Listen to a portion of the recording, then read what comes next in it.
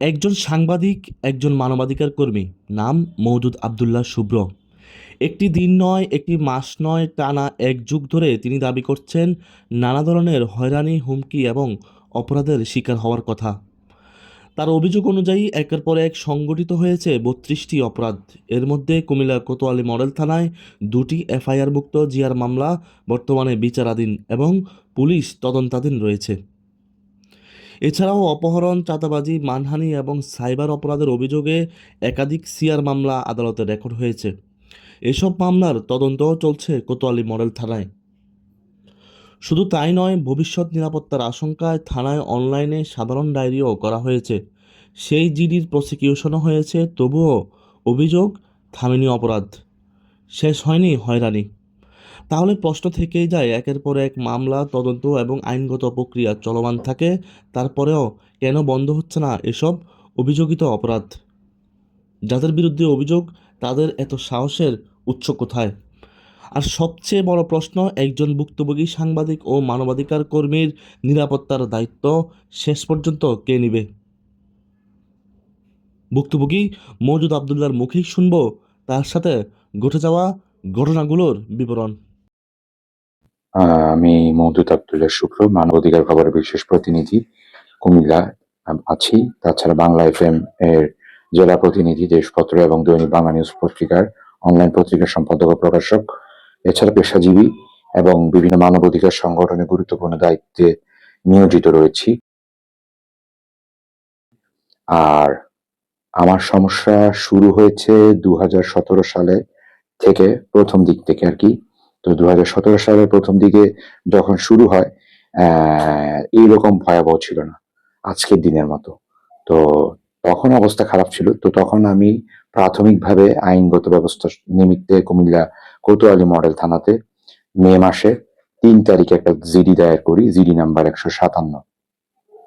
কিন্তু জিডি দায়ের করার পরে জিডি তদন্ত হয়ে আসামি পক্ষ শনাক্ত হয়, কিন্তু আসামিরা প্রভাবশালী ব্যক্তি ছিল বিধায় আইনের বেড়াজালে বা আমি আইনি সুখাধিকার পাইনি, বা আসামিরা কোনো একদিকে প্রবাহিত করে ফেলেছে, যার ক্ষেত্রে জিডিটা নিয়ে মানে কোনো প্রকার আইনি অ্যাকশন হয়নি। প্রথম দিকে হেতুবাদটা তারা দাঁড় করিয়েছিল যে মানে পেশাগত কাজে বিরোধিতা ধরে আর কি। তো মানবিক সামাজিক কাজ আমি ছোটবেলা থেকে করে আসছি। তো কিছু কিছু কাজ, যেমন আমার সামনে কিছু কিছু অন্যায় হয়েছে, আমি যেগুলো আসলে আমি না, এখানে আইনও দেখলে এখানে সেখানে বিধিনিষেধ আরোপিত করতো। তো আমি সাধারণ মানুষ হিসেবে আমি ওদেরকে বলে দিয়েছি যে এগুলা না করতে। যেমন আমি মানবাধিকার সংগঠনের থেকে বিভিন্ন রকম সালিসি কার্যক্রম প্রশাসনের উপস্থিতিতে, আদালতে বিজ্ঞ আইনজীবীর উপস্থিতিতে আমি আমার সঠিক মতামত যেটা আইনের আলোকে আসে সেটি দিয়ে যেতাম। সেটি সূত্র ধরে আমার সাথে দেখা গিয়েছে যে তারা আমার সঠিক কথাটা তাদের ভালো লাগে নাই, আমার আইনগত কথা তাদের ভালো লাগে নাই, আমার মতামতটা তাদের ভালো লাগে নাই। যার পরিপ্রেক্ষিতে তারা আমার শত্রুতা আমি পোষণ করে আমার ক্ষতি করার চেষ্টা করেছে। আসলে আইনগত ব্যবস্থা 2017 সালে নিয়েছি, 18 সালে নিয়েছি, 19 সালে এডিএম কোর্টে মামলা করেছি, 107 ধারা মুচলেখার মামলা। তারপরে 2023 সালেও নিয়েছি। আমি মাঝপথে এসে মানে সকল কিছু মানে আনুষ্ঠানিকভাবে শুরু হয় মাঝপথে এসে কোন একটা শক্তির মানে দাবানলে আমি কোনো আইনি প্রতিকারটা পাইনি। কিন্তু ডকুমেন্টারি, কাগজে কলমে এবং প্রমাণিত দলিলে এবং ফুটেজে, আলামতে সবকিছু কিন্তু পরীক্ষিত এবং প্রমাণিত যে আমি যাদের বিরুদ্ধে মামলা দায়ের করেছি, অভিযোগ করেছি, জিডি দায়ের করেছি, সকল ব্যক্তি অপরাধী এবং আসামি। আর তাদের বিরুদ্ধে শুধু আমার একক অভিযোগ নয়, অনেক মামলার আসামি ওরা, অনেক অভিযোগে অভিযুক্ত তারা। পুলিশ তাদেরকে হাতে নাতে অনেকবার গ্রেপ্তার করে। আসামিরা আসলে ভিন্ন ভিন্ন এলাকার। এখন আসামিরা 2 ক্যাটাগরিতে হয়ে গিয়েছে। একটা হচ্ছে মামলার এজাহার নামীয় আসামি। এদের ভিতরে রয়েছে ফয়সাল, রয়েছে, ঢাকাতে আছে বর্তমানে, আগে কুমিল্লায় থাকতো। তারপরে রয়েছে তরিকুল, রয়েছে, তারপর আলামিন রয়েছে। এরকম ওরা ঢাকা, তারপর কেউ কেউ ইন্ডিয়াতে পলাতক অবস্থায় রয়েছে। তারপর কেউ বিভিন্নভাবে ছত্রছায়া বিভিন্ন জায়গাতে রয়েছে। এর ভিতরে দুই একজন জেলও খেটেছে। জেল খেটে বের হয়ে এসে, জামিনে বের হয়ে এসে পুনরায় আবার অপরাধ সংঘটিত করেছে। আর তারা আমার একক মামলায় জেলে যায়নি। আমার মামলায় জেলে যায়নি। আমার মামলার পরে জেলে গিয়েছে, তাদের বিরুদ্ধে পূর্ব হতেই গ্রেপ্তারি পরোয়ানা জারি করা ছিল। আসলে পরিচিত লোকজনরা, আমি আমার জানা মতে ভাই আমি খুব সাধারণ একজন মানুষ। আমি পেশাজীবী, কর্ম করে খাই, কর্ম করে চলি। আমার কোনো শত্রু থাকবে এরকমটা আমি আশা করি না। তবে হ্যাঁ, অবশ্যই আমি সামাজিক মানবিক কাজ করতে গিয়ে দেখা গিয়েছে অনেক লোকই আমার ক্ষতি করার চেষ্টা করেছে। হ্যাঁ, এক্ষেত্রে কিছু লোকজন হয়তোবা আমার চেনা জানা পরিচিত মানুষ অপরিচিত ব্যক্তির মাধ্যমে কাজ করছে, এবং এটা প্রমাণিত হয়েছে। দেখা গিয়েছে আমি বাসা থেকে বের হলাম কোথাও, আমি একটা জায়গায় গেলাম, অপরাধীরা কি করে ওখানে মানে খবর পেল আমি গিয়েছি ওখানে, তার মানে এখানে নজরদারিতে, নজরদারিতে হয়তো বা রেখেছে কেউ। আর তারাও আসামি, অবশ্যই তারাও আসামি, অপরাধের সঙ্গে যুক্ত। তাদের বিরুদ্ধেও যেহেতু অজ্ঞাতনামা আসামি উল্লেখ করে মামলাও করেছি, জিডিও করেছি। পুলিশ তদন্ত করে বের করবে, এটা পুলিশের দায়িত্ব। এই পর্যন্ত তো ধারাবাহিকভাবে অপরাধ সংঘটিত হচ্ছে, আর প্রত্যেকটা অপরাধ ঘোষণা দিয়ে করা হচ্ছে। আমার মোবাইলে মেসেজ আছে, ভিডিও রেকর্ড আছে, কল কল SMS আছে, মেসেঞ্জার বার্তা আছে, 32টা টোটাল করেছে এই পর্যন্ত। 72টা থেকে 32টা আদালত কাউন্ট করেছে 2024 সালের 14ই নভেম্বর থেকে শুরু হয়েছে। আর এখনো করে যাচ্ছে, আর সামনেও তারা হয়তোবা করবে আর কি। ব্যাপারটা এখন বিচার বিভাগকে আমি বলবো যে ওনারা সঠিক আদেশই দিয়েছেন, যে 3টা আদেশ দিয়েছেন মামলার মূলে, যে পুলিশ ব্যতীত, মানে যেহেতু থানায় মামলাটা এন্ট্রি হয়েছে, আদালত থানাকে এন্ট্রি করেছে, পুলিশ ব্যতীত অন্য কেউ, মানে পুলিশ নাম পদ পরিচয় ব্যবহার করে ভুয়া পুলিশ পরিচয় কেউ তদন্ত করতে পারবে না এক্ষেত্রে। তো এক্ষেত্রে দেখা গিয়েছে মানে প্রশাসনের পদ পরিচয় ব্যবহার করে মিথ্যা প্রশাসনের পদ পরিচয়, কারণ প্রশাসনের কাজ কখনো এরকম না যে একটা সাধারণ নাগরিক, একটা মানবাধিকার কর্মী আইনের আশ্রয় নেবে, তার সাথে এরকম অপরাধ সংগঠিত করবে। এটা প্রশাসনের কাজ হতে পারে না। বরঞ্চ ওনারা সহযোগিতা করবে। আর সবারই একটা এখতিয়ার আছে, এখতিয়ার হচ্ছে পুলিশের। এই জন্য থানায় মামলা করেছি, আর আদালত থেকে সুস্পষ্টভাবে বলেও দিয়েছে, আদালত একটা আদেশ করে জারি করে ওখানে দিয়েও দিয়েছে, যদি কেউ তদন্ত করতে চায় সেক্ষেত্রে পুলিশ প্রশাসন এর অনুমতি সাপেক্ষে এবং বিজ্ঞ আদালতকে অবগত করে তদন্ত করতে পারবে এক্ষেত্রে। তো এই ক্ষেত্রে পেয়েছেন, এক্ষেত্রে আমার অভিযোগে, আমার জিডির অভিযোগে, সাইবার সংক্রান্ত অভিযোগে সিআইডি পুলিশ তদন্ত মানে আদালত থেকে অনুমতি প্রাপ্ত হয়েছে। জাহান্নামীয় গ্রুপের নাম আমি অনেক শুনেছি। আসলে এইটা একটা সংঘবদ্ধ অপরাধ চক্র। এইটা আমি পেপার পত্রিকা পড়েছি, এটা বিভিন্ন এলাকায় আছে। তো এরা ছদ্মবেশ ধরে বিভিন্ন অপরাধ সংগঠিত করে। তো আমি সাসপেক্ট করি যে এরকম একটা গ্যাং বা একটা গুপ্তচর বাহিনী এর সাথে অবশ্যই জড়িত আছে। তা না হলে আমার সাথে এই ধরনের অপরাধ করার মতো কোনো কারণ দেখি না। আর আমার যদি কোনো দুর্ঘটনা অ্যাক্সিডেন্টালি ঘটে যায়, মানে স্বাভাবিকভাবে দুর্ঘটনা ঘটতেই পারে, কিন্তু আমার সাথে হয়ে আসতেছে। আর এগুলো সবকিছু রেকর্ড আছে। পুলিশের কাছে রেকর্ড আছে, আদালতের কাছে রেকর্ড আছে। আমার সংবাদপত্র, গণমাধ্যম সহকর্মী ভাই-বোনেরা যারা কাজ করেছেন আমার এই বিষয়টা নিয়ে ডকুমেন্টারি নিউজ করেছেন, প্রমাণপত্রদের আলোকে সবাই কিন্তু জানে ব্যাপারটা। সকলের কাছে নথিপত্রাদি আছে। তো কারা অভিযুক্ত হবে, কারা আসামি হবে, তারা পুলিশ প্রশাসন ব্যবস্থা অবশ্যই নেবে। আর যদি এখনই ব্যবস্থা না নেয়, তাহলে পরবর্তীতে এই ব্যাপারটা আরো জটিল হয়ে যাবে। আচ্ছা, আদালতে আমার একটা FIR 850/24, ওই মামলাতে জখমি চাঁদাবাজি সংক্রান্ত, ওখানে আমার কোর্ট প্রাঙ্গণ এরিয়াতে মে মাসে প্রথম আদেশটা হয় যে দুজন লোক আমাকে, ওরা প্রশাসনের পরিচয় দিয়ে হেলমেট পরে বের হয়ে যায়। ওরা বলে যে শান্তি নিমিত্তে মামলা প্রত্যাহার করার জন্য। তো এই কথা তো বলতে পারে না, তারপর ক্রাউডিং করে ফেলছিল এরিয়াটাতে। তখন সাধারণ মানুষ সমবেত হয়ে যায়, পুলিশ প্রশাসন এসে পড়ে। তো ওরা পরে চলে যায়, পালিয়ে যায়। তো পরে সিসি ক্যামেরা ফুটেজ ধরে বিজ্ঞ আদালতের magistrate police officer in charge Kotwali model থানাকে ডিআর নাম্বার দিয়ে আদেশ নাম্বার জারি করে এখানে বলে দিয়েছে যে পুলিশ ব্যতীত অন্য কেহ তদন্ত করতে আসলে যাতে বিজ্ঞ আদালতের অনুমতি নিয়ে তদন্ত করে, আর থানার অফিসার ইনচার্জের ক্ষেত্রে অবগত করে, আর তাদেরকে গ্রেপ্তারের নির্দেশ দেয় ওই দুই ব্যক্তিকে। ব্যাপারটা আমারও প্রশ্ন, আমি তেমন কোনো কাজ করি না। সবাই যেভাবে বাঁচার অধিকার আছে, আমারও বাঁচার অধিকার আছে। আসলে এটাকে উদ্দেশ্য প্রণোদিতভাবে কাজটা করছে। আসামির সাথে আসামিদের সহযোগিতাকারী কিছু লোকজন হয়তো জড়িত আছে, যারা এই অপরাধগুলো করছে। তো আমি থানাতে জিডি করেছি, মামলা করেছি, 3টা চলমান মামলা।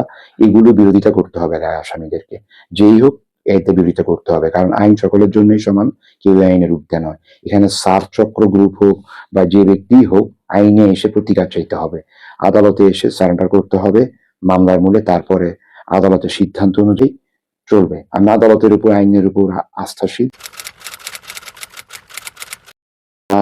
প্রতিনিয়ত দেয়া প্রশাসন যদি আমাকে লক্ষ্য করে বা আমাকে করে, একটা দুইটা মোটরসাইকেল, একটা সিএনজি বা একটা অটো দিয়ে বিভিন্ন ছদ্মবেশী লোকজন যায়, যাতায়াত করে। তো ওরা কারা, ওদের গতিবিধি যদি লক্ষ্য করে, আমাকে লক্ষ্য করে, আর সামা ওনারা টেকনিক অ্যাপ্লাই করে, তাহলে অবশ্যই এখানে ওনাদেরকে শনাক্ত করতে পারবে ওরা কারা। কারণ পুলিশ চাইলে তদন্ত করলে সবই বের হয়ে আসে। আর এটা আসলে ডিপ পর্যায়ে অপরাধগুলো ঘটে গিয়েছে, তো এই কারণে হয়তোবা ওনারা বিভ্রান্তির রয়েছেন। তবে পুলিশ বিভ্রান্তিতে থাকলে এখানে ডিবিও তদন্তের দায়িত্বে আছেন। আবার এটাও শুনেছি যে কোতোয়ালি মডেল থানা থেকে মানে আমাদের তদন্তের আয়ু উনি বলেছেন যে এখানে অস্ত্রধারী সন্ত্রাসী রয়েছে আমার মামলার, এদেরকে গ্রেপ্তারের জন্য র্যাবের সহযোগিতা নিয়েছে আর কি। প্রশাসনের কাছে চাওয়ার আমার একটাই বিষয়, যে হচ্ছে নিরপেক্ষ ও সুষ্ঠু তদন্ত। নির্দোষ ব্যক্তি কখনোই যাতে মামলায় না আসে, এখানে যে অপরাধ করেছে তারাই যাতে আসে।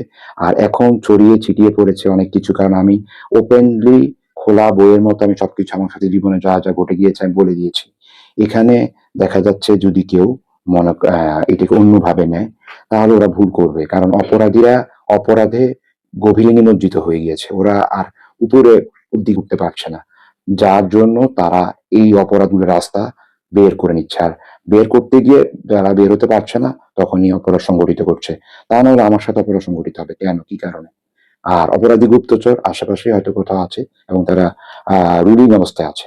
তারা আমার ফেসবুক আইডি হ্যাক করেছে, মোবাইল নাম্বার ক্লোন করেছে, এবং অনেক প্রমাণ আছে, পুলিশ সূত্র বের হয়, এবং এটা সিআইডি ফরেন্সিক ডিপার্টমেন্টকেও দায়িত্ব দেওয়া হয়। এবং দায়িত্বে দেখা যায় যে অনেকগুলো লোক, যাদেরকে চেনা আমি চিনি না, জানি না, এরকম একজন দুজনকে নাম আসার। আরেকটা বিষয় হচ্ছে, যেটা না বললেই নয়, আমার একজন পরিচিত ব্যক্তি বিশেষ, তার ফোন নাম্বার, ওটা মনে হয় সম্ভবত কোন আইকনিক একটা নাম্বার আর কি।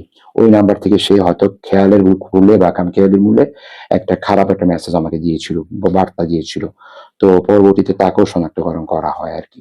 কারণ আইন তো সকলের জন্য সমান, সেক্ষেত্রে আমার ব্যক্তি ও যদি অপরাধ করে থাকে, সেও অপরাধীদের সমতুল্য হয়ে যাবে। পরে আমি পুলিশকে বলেছি, তদন্ত সাক্ষেত্রে আপনারা যেটা আইনে প্রমাণে পাবেন সেটি ব্যবস্থা নেবেন, সে যেই হোক। প্রায় সময় দেখি যে ওনার উপরে হচ্ছে কি আঘাত হয়, উনি আঘাত নিয়ে উনি বাসায় আসে, ওনার উপরে হামলা হয়। তো এগুলার হচ্ছে কি সুষ্ঠু বিচার দাবি করি। বাংলাদেশ পুলিশ প্রশাসন হচ্ছে বিষয়টা সঠিকভাবে তদন্ত করে এটার বিচার করবে। গত কয়েক বছর ধরে কে বা কারা হয়রানি করছে, বিভিন্নভাবে চাঁদাবাজি করছে, মামলা দিচ্ছে, সারা রাস্তাঘাটে বিভিন্ন সময় তাকে আটকে অপহরণের চেষ্টা করে। তো আমরা চাই যে এই ধরনের ঘটনাগুলো আর না ঘটুক, সে যাতে শান্তিপূর্ণভাবে বসবাস করতে পারে। আমরা প্রশাসনের কাছে সেই নিবেদন করি, সেই বিষয়ে প্রতিকার করে আদালতে বেশ কয়েকটি মামলা করেছে, থানায় জিডি করেছে, তাছাড়া সে জেলা প্রশাসকের নিকট, পিপির নিকট এবং প্রধানমন্ত্রী বরাবরও হস্তক্ষেপ চেয়েছে।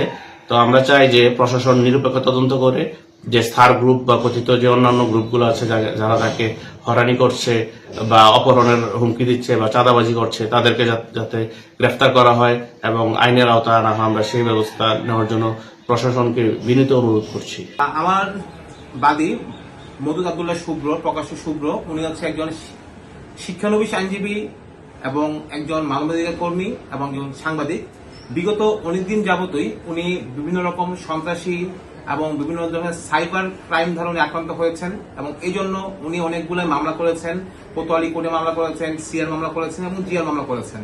বাট এই সকল মামলাগুলো থেকে উনি সঠিক কোনো প্রতিকার কখনোই পান নাই, কারণ যাদের বিরুদ্ধে উনি মামলা করেছেন এই পক্ষটা প্রশাসনিক দিক দিয়ে খুবই সক্রিয়, এবং এই সক্রিয় থাকার কারণে তারা সম্পূর্ণভাবে তারা বিভিন্ন প্রশাসনিক কর্মকর্তার মাধ্যমে তাদেরকে ম্যানেজ করে সেই মামলাগুলোতে তারা প্রতিহত করে।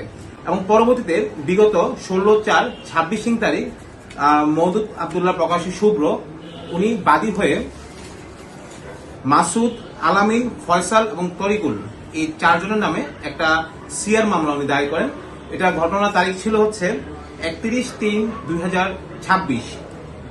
মামলার মূল ফ্যাক্টটা ছিল এই আমার যে বাদী এই ওনাকে নিয়ে এই আসামিরা 3 নম্বর আসামি ফয়সাল ছিল। এই ফয়সাল বিভিন্ন সময় ফেসবুকে এবং বিভিন্ন জায়গাতে বিভিন্ন রকম কটূক্তি এবং মানহানিকর বক্তব্য প্রকাশ করত। যখনই আমার বাদী তাদেরকে এই ধরনের মানহানি বক্তব্য প্রকাশ না করার জন্য আবেদন করে এবং তাদের কাছে বলে যে এই ধরনের মানহানি বক্তব্য না দেওয়ার জন্য, আসামিরা সংঘবদ্ধ চক্র হয়ে তারা তার কাছ থেকে চাঁদা দাবি করে এবং সেই শত্রুতা জের হিসেবে এবং আগেও পূর্বে কিছু জিআর মামলা ছিল, সেই জিআর মামলা প্লাস চাঁদা দাবি করার উপর ভিত্তি করে ঘটনার দিন ও সময় এই আসামিরা তারা সংঘবদ্ধভাবে চক্র তারা হয়ে 3 থেকে 4টা মোটরসাইকেল দিয়ে এই বাদীকে এসে আক্রমণ করেন এবং বাদীকে এসে আক্রমণ করার পর তার কাছ থেকে পূর্বে যে দাবিকৃত চাঁদা দাবি করে এবং যখনই আমার বাদী চাঁদার টাকা দেওয়ার জন্য অস্বীকৃতি প্রকাশ করে তখন তারা তাকে অতর্কিতভাবে মারধর করে এবং মারধর করার এক পর্যায়ে একজন আসামি ছিল, তার নাম হচ্ছে তরিকুল। তার পকেটে থাকা একটি ভুয়া ওয়ারেন্ট উনি তাকে দেখিয়ে বলে যে তোমার বিরুদ্ধে ওয়ারেন্ট আছে। সেই কাগজটা দেখিয়ে একটা জাল জালিয়াতি করে একটা ওয়ারেন্টের কাগজ বানিয়ে সেই কাগজটা দেখিয়ে বলে যে আমি প্রশাসনের লোক, তোমাকে আমাদের সাথে যেতে হবে বলে তাকে জোর জবরদস্তি করে অপহরণ করার উদ্দেশ্যে তাকে মোটরসাইকেল যুগে তাকে নিয়ে যাওয়ার চেষ্টা করে। পরবর্তীতে যখন অবস্থা খুব খারাপ বুঝতে পারে বাদী তখন চিল্লাচিল্লি করে এবং কোনো মতে এই মোটরসাইকেল থেকে সে লাফ দিয়ে নেমে গিয়ে প্রাণে রক্ষা পায় এবং যখন সে চিল্লাচিল্লি করে আশেপাশের লোকজন আগে আসলে তখন তারা এখান থেকে চলে যায় এবং পরবর্তীতে আমরা এই মামলাটা জুডিশিয়াল 1 নং আদালতে মামলাটা দায়ের করার পরে বিজ্ঞ ম্যাজিস্ট্রেট উনি সম্পূর্ণ মামলাটা বিশ্লেষণ করেন, এটিকে কোতোয়ালি থানাকে তদন্ত করার জন্য আদেশ প্রদান করেন। আশা করব যে এই মামলাটির মাধ্যমে আমার বাদী মওদুদ আব্দুল্লাহ প্রকাশের শুভ্র ওনার ন্যায় বিচার প্রতিষ্ঠিত হবে। মওদুদ আব্দুল্লাহ শুভ্র 2017 সাল থেকে বিভিন্নভাবে হয়রানি হয়ে আইনের আশ্রয় নিয়ে সে সরকারবাদী হয়ে কয়েকটা মামলা কোর্টে বিজ্ঞ আদালতে এখনো চলমান আছে। মামলাগুলা অনেকগুলো আছে, দেখা যাচ্ছে টিআরের জন্য, পুলিশ রিপোর্টের জন্য, কিছু আছে ওয়ারেন্ট হয়ে, কিন্তু অদ্যাবধি প্রতিনিয়ত সে হয়রানির শিকার হওয়া সত্ত্বেও মামলাগুলার প্রতিবেদন বিজ্ঞ আদালতে আসছে না। তাছাড়া ওয়ারেন্টভুক্ত যে আসামিগুলো ধরা পড়ছে না। প্রশাসনের দৃষ্টি আকর্ষণ করে আমি অনুরোধ করব যে আপনারা মওদুদ আব্দুল্লাহ শুভ্র একজন সাংবাদিক, ব্যবসায়ী এবং শিক্ষানবিশ আইনজীবী। সে বিভিন্ন মানবাধিকার সংস্থার সাথেও জড়িত। এমন একজন ব্যক্তি হওয়া সত্ত্বেও তার মামলা যদি এমন অবস্থায় থাকে তাহলে দেশের যে সাধারণ নাগরিক তাদের কি অবস্থা, সেটা প্রশ্ন জাগবে সবার মনে। সেজন্য আমি প্রশাসনের প্রতি অনুরোধ করে জানাচ্ছি আপনারা দ্রুত মামলাগুলা বিজ্ঞ আদালতের আদেশ মূলে আসামিদের গ্রেপ্তার এবং যে মামলাগুলো প্রতিবেদনের জন্য আছে দ্রুত প্রতিবেদন প্রদান করে মামলাগুলো নিষ্পত্তি করে যারা অপরাধী তাদেরকে আইনের আওতায় এনে তাদেরকে শাস্তির ব্যবস্থা করার ব্যবস্থা করুন। তার প্রিভিয়াস বিভিন্ন তথ্য থেকে জানা যায় তিনি তার যে মাত্রা বা চাঁদাদারির বিষয়ে পূর্বে আমাদের এখানে 2টা মামলা জিআর মামলা রুজু করেছে। ওই জিআর মামলাগুলো বর্তমানে তদন্তাধীন অবস্থায় আছে এবং ইতিমধ্যে উনি আরও প্রায় জিডিও করেছেন এবং অনেকগুলো অভিযোগও দায়ের করেছেন। আমরা ওই অভিযোগ এবং জিডিগুলা এবং মামলাগুলা আন্তরিকতার সাথে তদন্ত করছি। এ ধরনের কোনো সংযুক্ত পেলে বা তার বিরুদ্ধে কোনো ধরনের অকারেন্সের বিষয় পেলে আমরা সাথে সাথে ব্যবস্থা নিচ্ছি।